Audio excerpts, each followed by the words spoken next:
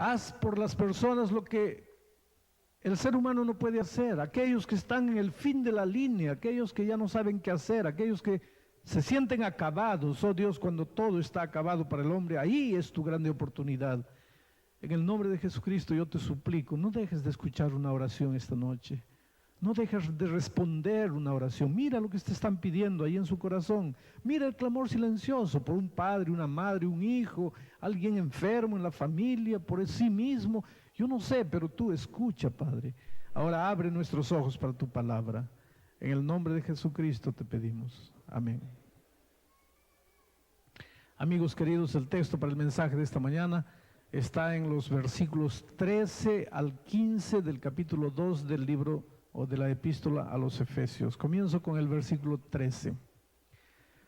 Pero ahora, en Cristo Jesús, vosotros que en otro tiempo estabais lejos, habéis sido hechos cercanos por la sangre de Cristo. Porque Jesús es nuestra paz, que de ambos pueblos hizo uno solo, derribando la pared intermedia de separación, aboliendo en su carne las enemistades, la ley de los mandamientos expresados en ordenanzas, para crear en sí mismo de los dos un solo pueblo y un nuevo nombre, haciendo la paz. Esta noche el Señor Jesucristo se presenta no solamente como el Cristo que da la paz, sino como el Cristo que es la paz. Como el Cristo que siendo la paz, hace la paz. Quiero volver al versículo 13 para comenzar el mensaje de esta noche. Pero ahora en Cristo Jesús. ¿Se acuerdan del primer mensaje de esta semana? Lo que el pecado hace en el hombre. Nos tiene muertos, cadáveres, viviendo en los sepulcros de esta vida, acabados, destruidos, siguiendo los impulsos de la carne, siguiendo las corrientes de este mundo, siguiendo al príncipe de las tinieblas. Nuestro hogar destruido, nuestra vida financiera destruida, nuestra salud destruida, allí nos tiene el diablo. El versículo 4 dice, pero Dios, gracias a Dios que existe ese, pero Dios. Tú puedes estar hundido, tú puedes estar acabado, puedes estar destruido, tú puedes no tener esperanza, tú puedes pensar que acabó todo para ti, pero Dios, gracias que existe esa palabra, pero Dios. Pero Dios te amó, Dios te resucitó, te dio vida nueva, te hizo sentar en las alturas celestiales. Ahora, anoche vimos la situación del gentil, quiere decir, del que no pertenece al pueblo de Dios. Antiguamente ya vimos que para pertenecer al pueblo de Dios había que pasar por la experiencia de la circuncisión. Hoy día para pertenecer al pueblo de Dios hay que pasar por la experiencia del bautismo, pero ayer nosotros vimos a los que, Pablo dirigiéndose a los gentiles que vivían sin Dios, sin esperanza, alejados del pacto de la promesa, abandonados a su triste destino. Y el versículo de esta noche comienza diciendo, pero ahora en Jesucristo. Traten de comparar el versículo 4 que dice, pero Dios, con este versículo 13 que dice, pero ahora en Jesucristo. Quiere decir, el hombre solo puede autodestruirse, pero Dios, pero Jesucristo, gracias que hay un poder que está por encima de nosotros. Gracias que hay alguien que nos ama, hay alguien que se preocupa en nosotros. Cuando nosotros caminamos por nuestros caminos queriendo descubrir nuestro propio yo, queriendo realizar nuestros propios sueños separados de Dios, nos vivimos destruyendo, pero Dios, pero Jesucristo. ¿Y qué es lo que dice el versículo 13?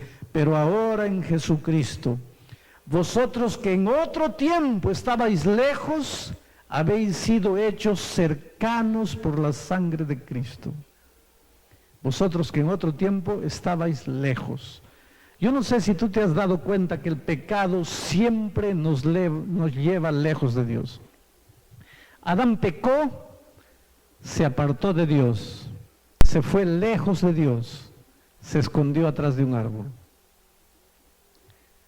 Después que se confrontó con Jesús, tuvo que salir del jardín, lejos del jardín. Caín mató a su hermano Abel, la Biblia dice que se fue lejos al oriente a construir una ciudad. Jacob engañó a su padre Isaac, la Biblia dice se fue lejos a una tierra extraña. Moisés quiso tomar su destino en sus propias manos, mató a un egipcio, tuvo que irse lejos para el desierto. El pecado siempre te lleva lejos de Dios. El hijo pródigo se apoderó de la vida, de las propiedades que eran del padre, y tuvo que irse lejos a una tierra distante. El pecado siempre te lleva lejos. Y vivir lejos es una experiencia triste. Tú puedes tener confort, tú puedes tener dinero, tú puedes hasta constituir una nueva familia, pero sentirte lejos de tus raíces siempre duele. ¿Cuánto tiempo estás lejos de tu casa? Lejos de tu padre, lejos de tu madre. ¿O cuánto tiempo estás lejos de tus hijos? Interesante que la Biblia dice que el pecado siempre nos lleva lejos. Pero ahora en Cristo Jesús, ustedes que un día vivían lejos, fueron acercados por la sangre de Cristo Jesús. Porque cuando tú aceptas a Jesús, aunque estés lejos, estás cerca. Porque lo que te une ya no es el toque físico, lo que te une ya no es mirarle la cara al otro, lo que te une es la esperanza. Mi padre nunca quiso aceptar a Jesucristo. Mi madre aceptó a Jesús cuando yo tenía 4 años de edad, pero mi padre nunca quiso aceptar y fue un hombre duro para el evangelio, duro. Mi pobre madre tuvo que luchar sola para educar 9 hijos en los caminos de Jesús. Y consiguió. Hoy día los 9 están en la iglesia amando a Jesús. Los 9 casados con gente linda que ama a Jesús. Los nietos en la iglesia, los bisnietos en la iglesia. Y todo la recompensa de Dios a una madre, a una mujer humilde, pero una mujer de oración, una mujer que vivía de rodillas clamando por los hijos y por el marido incrédulo. Un día cuando yo dije que me iba de misionero al Brasil, salía de mi país, mi padre se abrazó a mí. Mi padre se casó muy viejo ya. Él tenía 55 años cuando yo nací, imagínense. Y él, cuando yo ya era adulto, pues él era bien anciano. Y cuando me fui a Brasil, él me abrazó y llorando me dijo: mira, hijo, no te vayas, yo me voy a morir en cualquier momento y no quisiera ver a mis hijos lejos. Cuando me muera quisiera ver a mis hijos a mi lado. Le dije: no, papá, no te vas a morir, Dios te va a dar vida porque tú todavía tienes que entregarle la vida a Cristo. Y me fui. 3 años después volví de vacaciones, estuve un mes con mi padre y llegó el momento de despedirme. Él nuevamente se abrazó de mí y dice: hijo, quédate, ya estuviste trabajando allá, quédate ahora. Tengo miedo de morir, mira, estoy viejo, estoy enfermo, no quiero morir cuando estés lejos. Y siempre que volvía de vacaciones era la misma historia. Se abrazaba: tengo miedo, no te vayas lejos, no quiero tener a mis hijos lejos. Un día volví al Perú, era Navidad, y mi padre dijo: tengo un regalo para ti. Y el regalo para mí era una cajita pequeña. Y yo pensé que era un prendedor, alguna cosa así. Dentro de la cajita había un papelito que decía: hijo, tú no sabes, pero yo le entregué mi vida a Cristo. Yo paré de luchar, paré de correr, yo me entregué a Jesús. El pastor de la iglesia quería bautizarme todas las semanas, me decía: hermano, quiero bautizarlo, usted está enfermo, ya hay que bautizarlo. Y yo le decía: pastor, tenga un poco de paciencia, quiero que llegue mi hijo pastor de Brasil, quiero que él me bautice. Y ahora ya llegaste aquí, bautízame. Mi regalo es ese. Yo sé que tú has orado siempre, tú has ¿has soñado siempre con bautizarme? Quiero que me bautices. Y un sábado entré al tanque del bautismo y bauticé a mi propio padre. Y aquella noche los hermanos allá, mis hermanos hicieron una fiesta, un banquete, qué alegría. El único que faltaba ser bautizado en la familia era el papá. Y ahora ya estaba la familia completa. Era alegría. Y entonces mi hermano médico me buscó, me llevó a un lado y me dice, mira, quiero que sepas de una cosa. Papá tiene lo máximo 2 meses de vida. Él está siendo devorado por un cáncer y ni él mismo sabe. Y yo quiero compartir contigo porque él va a morir. Yo pasé un mes con él de vacaciones, llegó el momento de volver a Brasil y entré al cuarto de él para despedirme. Y ahora yo tuve ganas de llorar, porque yo vi mi viejo padre, y yo sabía que en esta tierra ya no lo vería más. Yo sabía que ahí ya le estaba diciendo, papá, chao, hasta la vuelta de Cristo. Yo sabía que él no iba a durar más. Él estaba todavía lúcido, bien lúcido. Y él notó que en mis ojos había lágrimas y me dice, mira muchacho, ¿por qué estás llorando? No le digo, no estoy llorando. Y él me dice, sécate esas lágrimas. Yo no tengo más miedo de la muerte. Yo no tengo más miedo de nada. Ahora tú ya no te vas lejos. Ahora tú siempre estás aquí. Porque ahora estamos unidos por la misma esperanza. Anda, cumple tu ministerio en el Brasil. Y si yo descanso, por favor no vengas.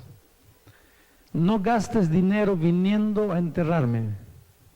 Tus hermanos me van a enterrar. Pero contigo tengo una cita marcada. Cuando Cristo vuelva, quiero verte victorioso. Ya no estamos lejos, estamos unidos por la esperanza. Eso es lo que el Señor Jesucristo está diciendo aquí. Antes, cuando tú no conocías a Cristo, estabas lejano, lejos de tu Padre, lejos de tus ideales, lejos de tus sueños, lejos de la prosperidad, lejos de la salud, lejos. Pero ahora en Cristo, ustedes que estaban lejos han sido acercados. Ahora que conoces a Jesús, te acercas a la salud. ¿Sabes por qué? Porque no vas a seguir destruyendo tu vida con cigarro, con alcohol, con drogas, con promiscuidad. Ahora que aceptaste a Cristo, vas a tener mejor salud. ¿Sabes por qué? Porque vas a tener un régimen alimentario que te va a conservar la salud mejor. Ahora has sido acercado a las cosas buenas, tú que vivías lejos.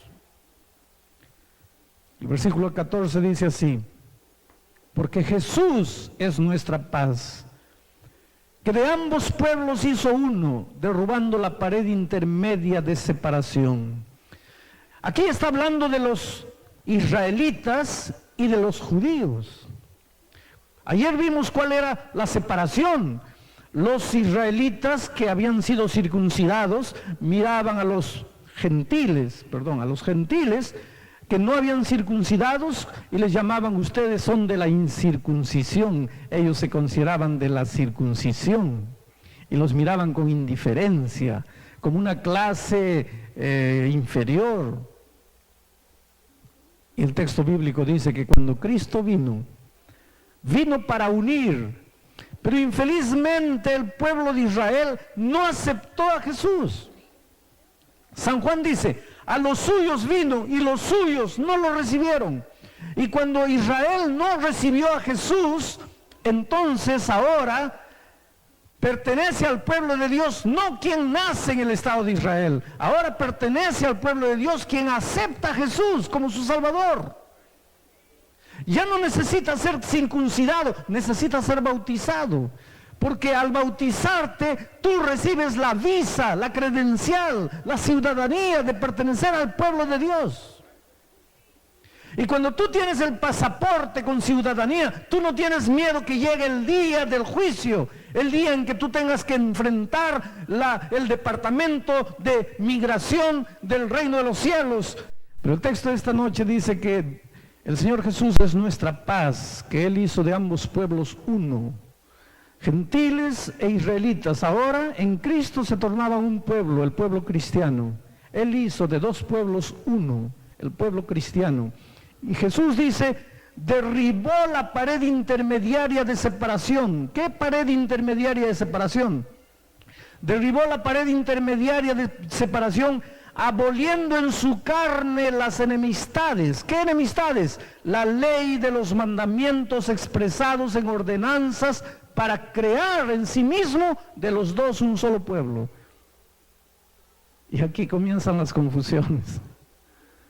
¿No está diciendo esta noche el Señor Jesucristo que en la cruz del Calvario Él derribó, Él abolió la ley de los mandamientos expresados en ordenanzas? Bueno, eso es lo que está diciendo la palabra de Dios. Pero vamos a entender un poco lo que Dios está diciendo. Escuchen. Hay gente cristiana sincera que piensa así. La salvación en el Antiguo Testamento era por la ley. La salvación en el Nuevo Testamento es por la gracia. La salvación para Israel era por la ley. La salvación para el cristiano es por la gracia. ¿Quién dice eso? Aunque lo diga con toda sinceridad, no sabe lo que está diciendo. Porque, hermanos queridos y amigos míos, la salvación, tanto en el Antiguo Testamento, cuanto en el Nuevo Testamento, la salvación, tanto para Israel, cuanto para el pueblo cristiano, la salvación para la humanidad en general, la salvación siempre fue únicamente por la gracia. La Biblia nunca enseñó salvación por la ley. Israel no acreditaba en salvación por la ley. Israel acreditaba en salvación únicamente por la gracia. Tal vez tú me digas, pastor, yo no estoy entendiendo. Pues te voy a explicar. Cuando Adán y Eva pecaron, Dios se presentó, ellos estaban desnudos. El problema de Adán y Eva era que estaban desnudos. Dios tenía que resolver el problema de ellos, tenía que cubrir la desnudez de ellos. ¿Qué es lo que hizo Dios? Sacrificó un cordero y con la piel de ese cordero preparó ropas para vestir la desnudez de Adán y Eva, para resolver el problema del hombre. Cuando ese cordero fue sacrificado, la sangre del cordero se derramó y en el mismo jardín del Edén, antes que existiese pueblo de Israel, que vino a existir casi 2000 años después, en el mismo jardín del Edén, cuando no había pueblo judío, al derramarse la sangre del cordero, lo que Dios estaba diciendo, hijo, quiero que entiendas que la salvación es únicamente por la gracia del cordero, únicamente por la sangre del cordero. Ahora, si la salvación fuese por las obras, si la salvación fuese por guardar mandamientos, si la salvación fuese por obediencia, si la salvación fuese por la ley de Dios, el cordero en el Edén no tenía por qué morir. Si murió, era porque la salvación era únicamente por la gracia. Y ese corderito que murió en el Edén simbolizaba el Cordero de Dios que un día vendría a este mundo, el Señor Jesucristo, y moriría en la cruz del Calvario.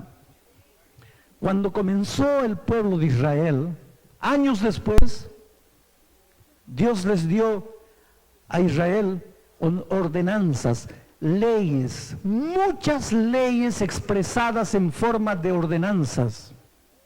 ¿Por qué? Porque Israel tenía un ritual.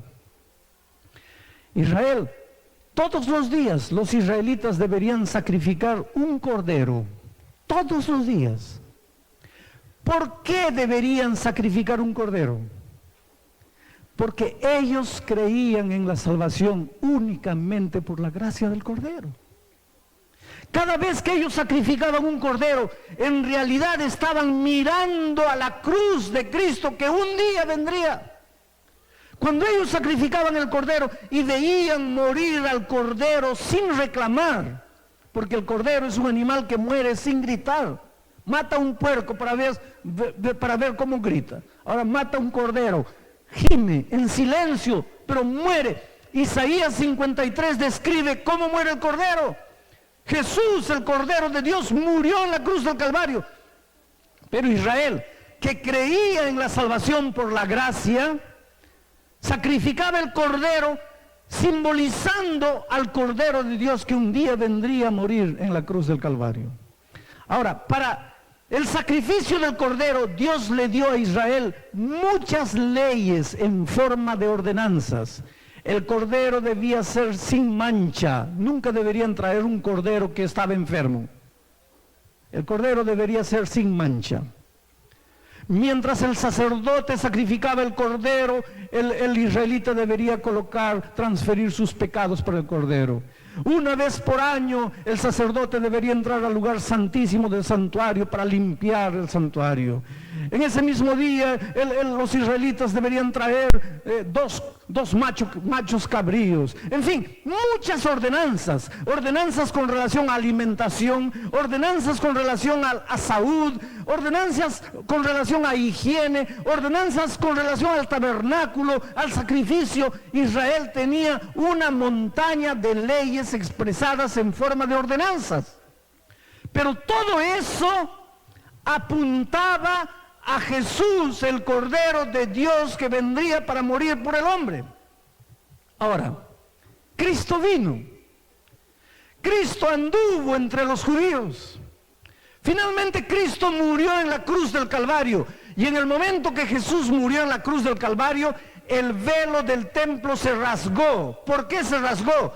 Porque si el verdadero Cordero de Dios que quita el pecado del mundo estaba muriendo, a partir de ese momento ya no se necesitaría más sacrificar un cordero literal. ¿Por qué? Porque se sacrificaba el cordero literal simbolizando al Cordero de Dios, pero ahora en la cruz el Cordero de Dios estaba muriendo. Ahí se acababan las leyes expresadas en formas de ordenanzas. Ahí se acababan los sacrificios, ahí se acababan los detalles del ritual del sacrificio del pueblo de Israel. A partir de ese momento, ¿para qué hoy día tenemos que sacrificar corderos? Si Cristo no va a venir en el futuro, Cristo ya vino. Hoy día tenemos que mirar al pasado y recordar la muerte de Cristo. Pero ¿qué pasó? Cristo vino, los judíos no lo recibieron. Él murió, los israelitas no lo recibieron, al contrario, parte de ellos lo mataron. ¿Y qué pasó? Cristo resucitó y los israelitas querían seguir sacrificando corderos. Entonces ahora viene Pablo y dice así: ya no hay dos pueblos, el pueblo de los israelitas y el pueblo de los gentiles. Ya no hay más eso. Ahora hay un solo pueblo, que es el pueblo cristiano. Y Cristo, que es la paz, vino a este mundo para hacer de los dos pueblos un solo pueblo, un pueblo cristiano. Y la enemistad que había, porque estos que hacían sacrificios miraban a los otros como son inferiores porque no hacen sacrificios. Cristo abolió las leyes en formas de ordenanzas. Pero ahí se está refiriendo de manera natural a los sacrificios, a las leyes que tenían que ver con todos los sacrificios de corderos de Israel. En ningún momento aquí se está hablando de la tabla de los 10 mandamientos. Porque, querido, matar era pecado en el tiempo de Adán. Matar era pecado en el tiempo de Israel. Matar era pecado en el tiempo de Cristo. Matar es pecado hoy y matar será pecado por la eternidad. ¿Cómo piensas tú que Cristo pudo abolir esa ley? Adulterar era pecado aquí, adulterar era pecado aquí, adulterar era pecado aquí, adulterar es pecado hoy y será pecado por la eternidad. ¿Cómo tú piensas que Cristo podía abolir esa ley? Robar era pecado aquí, aquí, aquí, es hoy y será por la eternidad. ¿Cómo piensas tú que Cristo abolió esa ley? Él abolió las leyes en formas de ordenanzas que tenían que ver con el sacrificio de Israel. Porque la salvación, querido, La salvación es únicamente por la gracia maravillosa de Cristo. Tú no puedes hacer nada para salvarte. Y ahora, por más que tú quieras guardar los mandamientos de Dios, tú no tienes fuerzas para guardarlos. Tú tienes que ir a Jesús como estás. Tú tienes que decirle, mira, Señor, yo no tengo fuerzas. Ahora Jesús te toma en sus brazos de amor. Y Jesús hace por ti lo que tú no tienes fuerzas para hacer por ti mismo. A lo largo de mi vida encuentro gente de todo tipo. Tengo historias de las más extraordinarias, diría yo. Viciados en drogas que fueron rescatados por el poder del Evangelio. He conocido prostitutas que han salido del prostíbulo, literalmente, donde estaban vendiendo su cuerpo. Y hoy día podría presentarlas en la galería de las princesas del pueblo de Dios. He visto homosexuales acabados vendiendo su cuerpo en la calle. Y hoy día podría presentarlos como príncipes en el reino de Dios. He visto marginales, he visto delincuentes, asesinos, ladrones. Pero también he visto gente decente, gente culta, gente inteligente. Estuve en la ciudad de Curitiba. Los hermanos en Curitiba, los hermanos de la clase social alta, alquilaron un hotel 5 estrellas, el hotel más fino de la ciudad. Y cada uno invitó a un amigo de la clase social alta para una cena.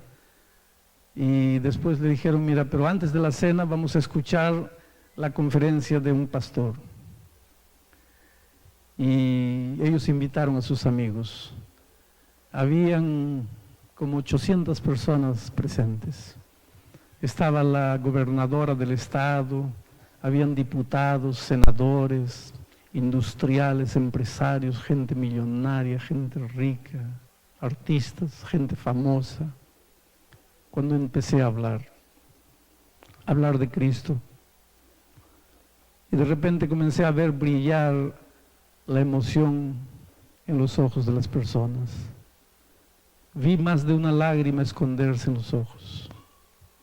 Cuando terminé la reunión y nos dirigíamos para la sala de las reflexiones, un político famoso se acercó de mí, me abrazó.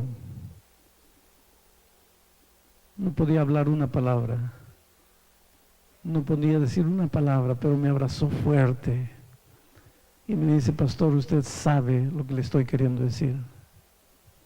Y yo le dije, sí, yo sé lo que está queriendo decir. Después, cuando terminó la cena, él ya más tranquilo en sus sentimientos, me dice, pastor, yo acepté la invitación por cortesía con mi amigo, pero yo, si me ofreciesen hoy, sabiendo lo que me esperaba aquí, y si me ofreciesen un ticket para comprar y entrar aquí, yo pagaría todo el dinero que me pidiesen, porque esta noche aquí encontré lo que me estaba faltando.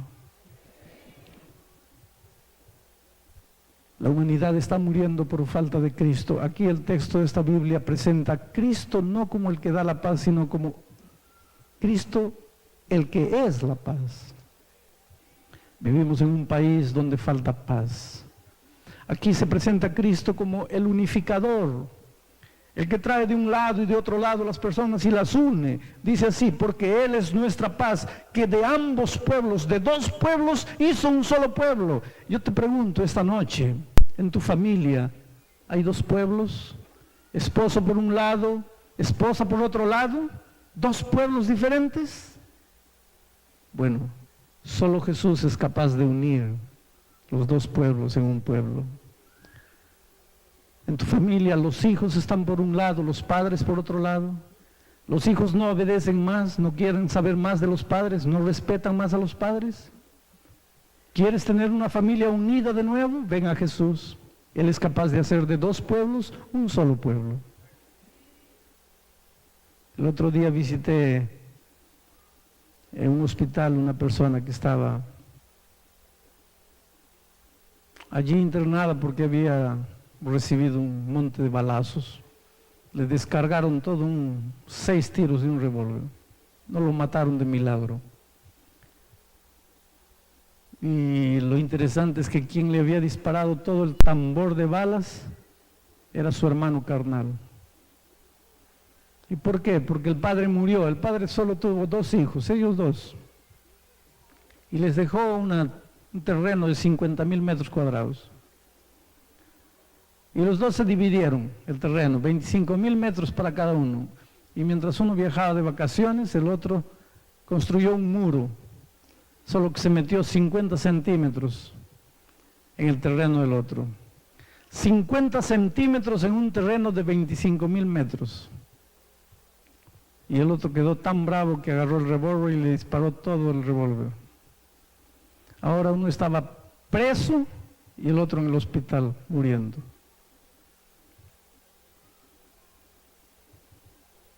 Dos pueblos. Y sin embargo el amor maravilloso de Cristo es capaz de unir esos 2 pueblos. Y hoy día yo los podría traer aquí y presentarlos a ustedes abrazados. Porque cuando no tenían a Cristo, 20 o 50 centímetros de tierra valía mucho más que cualquier cosa. Pero hoy día en Cristo, Él hizo de 2 pueblos un solo pueblo. El mensaje de esta noche es el mensaje que trata de restaurar la unidad. La unidad en la familia, la unidad en los hogares, en las empresas, en las relaciones de amistad. ¿Tú tienes aquí a alguien a quien no puedes perdonar? Permíteme decirte, tú nunca vas a saber lo que es el perdón maravilloso de Cristo si tú no estás dispuesto a perdonar. Un día de esos alguien me llamó por teléfono en Río de Janeiro, después de escucharme hablar del perdón, y dice, claro, para ti es fácil hablar de perdón, porque tú eres querido por todo el mundo, a ti nadie te hizo mal, así cualquiera habla de perdón, pero a mí no. Y la señora me contaba y decía, mira, yo tuve una amiga de infancia y un día recibí una llamada telefónica diciendo, estoy yendo para Río de Janeiro, no tengo a nadie, podrías recibirme en tu casa, hospedarme, hasta encontrar un trabajo. Y yo la recibí en mi casa, la hospedé, salí a buscar trabajo con ella encontró un buen trabajo, pero era mi amiga, la invité a quedarse en mi casa, se quedó y un día descubrí que ella estaba con mi esposo. Y cuando los descubrí, mi esposo y ella se fueron y me dejaron sola. ¿Cómo quieres que perdone eso? Yo te pregunto esta noche, ¿qué es lo que te hicieron en esta vida? ¿Estás herido? ¿Qué es lo que te hicieron? ¿Te traicionaron? Como el otro día una señora acabada, 50 años no es para estar acabada, pero ella estaba acabada, no por el sufrimiento interior, sino por el veneno que guardaba en el corazón. Y me decía, claro, mi marido de repente me vio gorda, fea, acabada, y se buscó una chica de 20 años. ¿Cómo quieres que perdone? Una cosa te digo, si tú no perdonas, no vas a ser feliz nunca. El veneno del odio, del rencor, del resentimiento no mata al otro. El veneno del resentimiento y del odio solo te mata a ti. Ahora, si un día ya te hirió, no seas tonto, no dejes que continúe destruyendo tu vida con el odio que guardas en tu corazón. Hasta por amor a ti mismo tienes que perdonar. Hasta por coherencia, hasta por lógica, tienes que perdonar. Pero lo maravilloso es que cuando tú aceptas a Jesús en tu vida, tú perdonas de manera espontánea y natural. Tú eres capaz de mirar en los ojos de aquel que te traicionó, de aquel que te hirió y decir, yo te perdono. Y el día que tú perdones, eres una nueva criatura y te levantas. Y entonces comienzas a ver de verdad la vida con su verdadero brillo. Comienzas a notar que una mariposa tiene belleza, una flor, la sonrisa de un niño tiene belleza. Yo no sé hace cuánto tiempo tú estás luchando con la voz de Cristo, pero María luchó durante 6 años. 6 años. Jesús diciendo, ven, ven, ven. Ella ya conoce la Biblia casi de memoria, pero no se bautizaba. Nunca quiso bautizarse. Ella tiene 2 hijos que le dijeron un día así, porque los hijos también estudian la Biblia, y le dijeron, si tú te bautizas, nosotros nos bautizamos. En realidad era una disculpa para no bautizarse, porque sabían que la mamá no se iba a bautizar. Pero hace 2 horas atrás, Ella decidió bautizarse. Querida María, tú has luchado con la voz de Dios que te llamó una vez y otra vez, 1 año, 2, 5 años, 6 años, diciéndole no a Jesús. Y mira cómo es bueno Jesús que te dio vida. Porque tú podrías haber muerto hace 2 años o 3 años atrás y muerto sin haber tomado la decisión. Pero Él te dio vida hasta hoy día. Y hoy con tus propios pies tú puedes entrar a las aguas del bautismo y decirle, Señor, quiero vivir para ti. Por esa decisión que has tomado, como ministro del Evangelio, el pastor Walter te bautiza en nombre del Padre, del Hijo y del Espíritu Santo. Amén.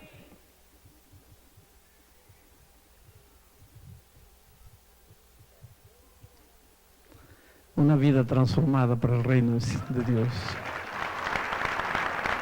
La Biblia dice, si oyereis hoy su voz, no endurezcáis vuestro corazón.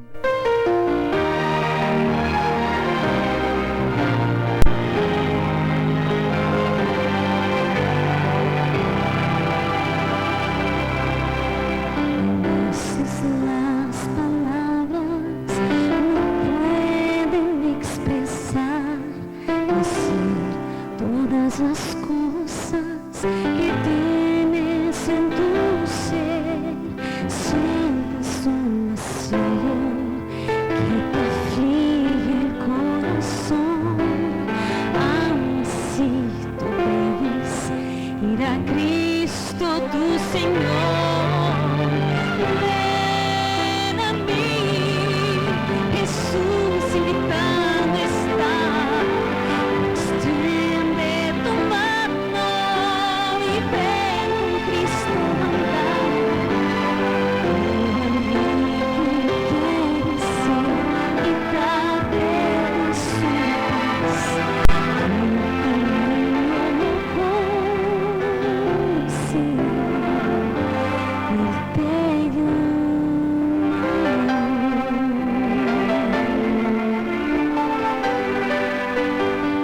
Muchas son las lágrimas que expresan tu dolor.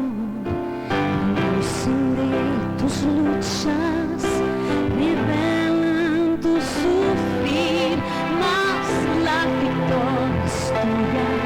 Si tu guía es Jesús, entrégale tu vida, ven con Él a caminar. Ven a mí, Jesús invitando está. Extiende tu mano y ven con Cristo andar. Tu amigo quiere ser y darte de su paz. Un camino por seguir. Él te llama hoy.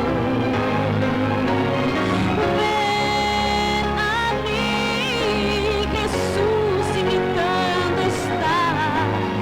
Extiende tu mano y ven con Cristo andar. Tu amigo Él quiere ser y darte de su paz.